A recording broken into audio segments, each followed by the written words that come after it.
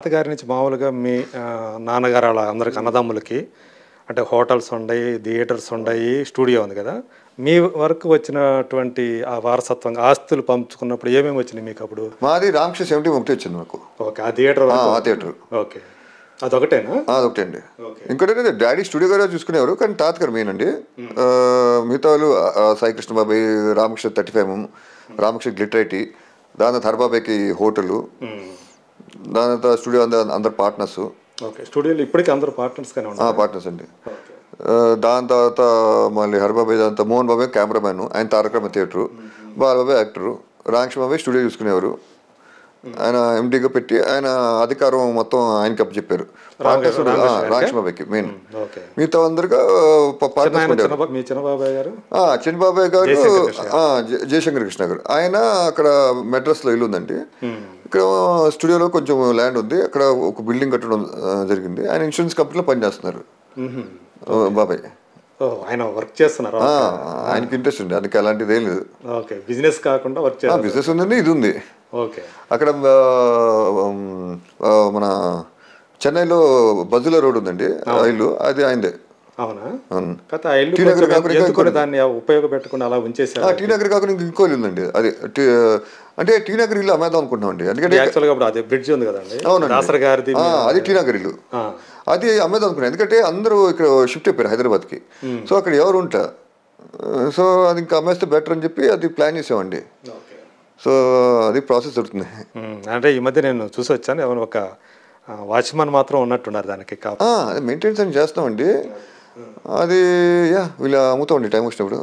So మొత్తానికైతే అంటే ఎందుకని అంటే దాన్ని తాతగారి జ్ఞాపకార్థం ఉంచుకోకుండా అలా అంటే ఏదో మ్యూజియం అప్పుడేదో అన్నారు, మ్యూజియం లాగా దాన్ని ఏదో మార్చాలని ఏదో ఆలోచన లేదు? మ్యూజియం అనుకున్నారండి, కానీ ఇక్కడ అంటే మ్యూజియం అంటే అండి వస్తువులు పెట్టాలి కదా. సో ఇక్కడ మ్యూజియం పెడదాం అనుకున్నారు, మళ్ళీ ఆంధ్రలో అంటున్నారు. సో ఇక మళ్ళీ మన అది వేరే రాష్ట్రం ఏదో ఒకటి ఒక మ్యూజియం ఉండాలి అని. ఎందుకంటే తాతగారు ప్రాపర్టీస్ ఉన్నాయి, వాడే వస్త్రాలు, గద, కిరీటం, ఇవన్నీ అన్ని చోట్ల పెట్టలేము కదండి. అంటే ఎలాంటి అంటే ఇప్పుడు తాతగారు వాడిన కారు ఒక మ్యూజియంలో పెట్టాలి ఆయన. అంటే అనుకుంటున్నారా ఇక్కడ చేయాలనుకుంటున్నారు? కాదండి, అక్కడ ఆల్రెడీ ఇప్పుడు ప్లాన్ చేశారు, బాలబాబాయ్ చంద్రబాబు ప్లాన్ చేసి అక్కడ అమరావతి ఉంది కదండి కొత్త క్యాపిటల్, అక్కడ చాలా పెద్ద మ్యూజియం పెట్టాలని గవర్నమెంటే డిసైడ్ చేసి ఆ డిజైన్స్ కూడా కన్ఫర్మ్ చేశారు, మొన్న మీడియాలో కూడా ఇచ్చారు. అది చాలా అవుతుందండి, 400-500 కోట్ల పైన అవుతుంది. అది ప్లాన్ చేస్తున్నాం, ఆల్రెడీ ప్లాన్ రెడీ అయిపోయిందంతా, గవర్నమెంట్ పడిపోవటం వల్ల అది స్టార్ట్ చేయలేదు. సో నెక్స్ట్ టైం వచ్చినప్పుడు అది ప్లాన్ చేస్తామండి. అంటే తాతకున్న వస్తువులు అన్ని మ్యూజియంస్లో పెట్టలేము కదండి, సో లిమిటెడ్ ఒక చోటే పెట్టాలి. సో అక్కడ పెట్టాలని చెప్పి ఇక ఆంధ్రాలో పెట్టుకుంటే బెటర్ అని చెప్పి అది ప్లాన్ చేసామండి. సో అది సో అట్లా మీరు నాన్నగారితో పాటు రామకృష్ణ 70 చూసుకుంటున్నాను అది. సో అదండి, నాళ్ళకి మీరు కథలు వింటున్నప్పుడు ఈ బ్రీత్ అనే కథ మిమ్మల్ని కదిలించింది. ఎస్, నాకు ఈ మధ్య అఖిల వంశీ అప్రోచ్ అవ్వడం జరిగింది. సబ్జెక్ట్ ఉందంటే మనసులో అనుకునేవాడిని, మరి ఏమంటుందో ఏంటో సరే ఇందో అని చెప్పిందంటే తర్వాత ఇంట్రెస్టింగ్ ఉంది. మంచి స్క్రీన్ ప్లేతో చక్కటిగా చేయటం జరిగింది. ఇందులో మంచి బీజిఎం అంటే బ్యాక్గ్రౌండ్ మ్యూజిక్, దీనికి బాగా కొడితే అద్భుతంగా ఉంటుందని చెప్పి అనిపించి ఎస్ బాగుందని చెప్పి సరే స్టార్ట్ చేద్దామని చెప్పి, నాకు ప్రొడక్షన్ కూడా కొంచెం ఇంట్రెస్ట్ ఉంది, ఓన్ ప్రొడక్షన్ చేద్దామని చెప్పి ఇంకా స్టార్ట్ చేశానండి ఇది. ఓకే, అంటే దీనికి ఏమైనా ప్రిపరేషన్ చేయటం కానీ అంటే మళ్ళీ మీరు మళ్ళీ స్టార్ట్ చేస్తున్నట్టు, ఇప్పుడు కొత్తగా స్టార్ట్ చేస్తున్నట్టు ఒక కొత్త నటుడి కింద, సో దీనికోసం ఏమైనా ప్రిపేర్ అయ్యారా? హోంవర్క్ ఏమైనా? రివిజన్ అని చెప్పాను, నేనైతే రెడీ. యాక్టింగ్ మా బ్లడ్లోనే ఉంది, బ్లడ్ వీడియోనే ఉంది. అంటే నేను ఇంతకుముందు అన్నానండి, నీకు యాక్టింగ్ ఎందుకు అన్నారు, యాక్టింగ్ కోసం ఎందుకు, నీకు నువ్వు బాగా చెప్తున్నావు, మామూలుగా మాట్లాడేటప్పుడు బాగా యాక్ట్ చేస్తాను, నీకెందుకు యాక్టింగ్ కోసం అన్నారు. తర్వాత కొంతమంది అన్నారు లేదు ఇప్పుడు ఫస్ట్ పిక్చర్లోనే నువ్వు అదరగొట్టాలి పర్ఫార్మెన్స్, లేదు ఇది ఉంది అది ఉంది అని చిన్న చిన్న లోటుపాట్లు కూడా ఉండకూడదు, అంటే ఇప్పుడు కాంపిటీషన్గా బాగా పెరిగిపోయింది, సో ఫస్ట్ పిక్చరే అదరగొట్టేసాడు అని టాక్ రావాలి. జనరల్గా ఏంటంటే 1-2 పిక్చర్స్ చేసి థర్డ్ పిక్చర్ పర్ఫెక్ట్ అయిపోయాడు అని అంటారు, నువ్వు అలా కాదు ఫస్ట్ పిక్చర్లోనే పర్ఫెక్ట్ అనిపించుకోవాలి అని చెప్పారండి. అప్పుడు నేను సరే అభిషేక్ అని మొన్న యాక్టింగ్ మాస్టర్ ఉన్నాడండి, అతను కుర్రోడు, అతను నాకు ఇచ్చినాడు, అతను నార్త్ ఇండియా నుంచి వచ్చాడు, థియేటర్ ఆర్ట్స్. సో మనం వంశీ అని చెప్పాడు, డైరెక్టర్ అక్కే వంశీ. అంటే ఇతను చెప్పే యాక్టింగ్ స్టైల్ వేరేగా ఉంటుంది. ఎవరు వంశీయా? అభిషేక్ అతను. అది థియేటర్ వచ్చాడు. మామూలుగా మనకు తెలిసిన న్యాచురల్ యాక్టింగ్, మెథడ్ యాక్టింగ్. అవును.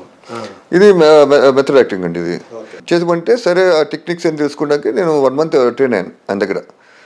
తర్వాత ఇంకా యాక్ట్ చేశాను మూవీ. ఓకే.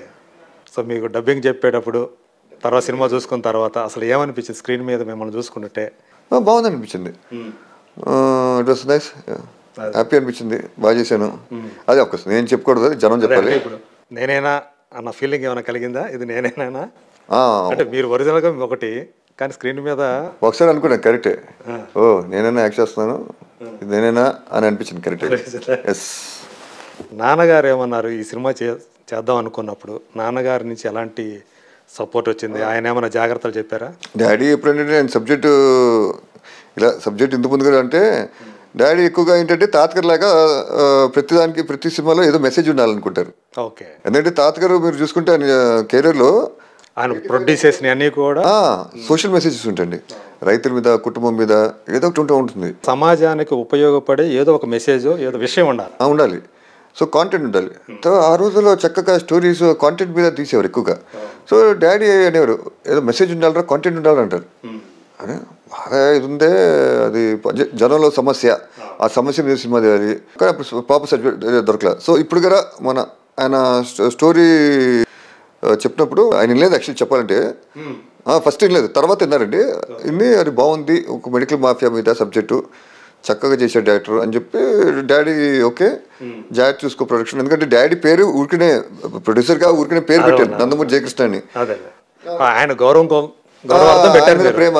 డాడీ ఓకే ఆయన పేరు పెట్టుకోరా, మొత్తం నువ్వే చూసుకున్నారు. ఎందుకంటే 72 years అయినా ఎక్కువ వర్క్ ఉంటుంది ఇక్కడ. సో వర్క్ ప్రెషర్ ఎక్కువ ఉండకూడదు డాడీకి, లైటర్ వెయిన్గా చేసుకోవచ్చు.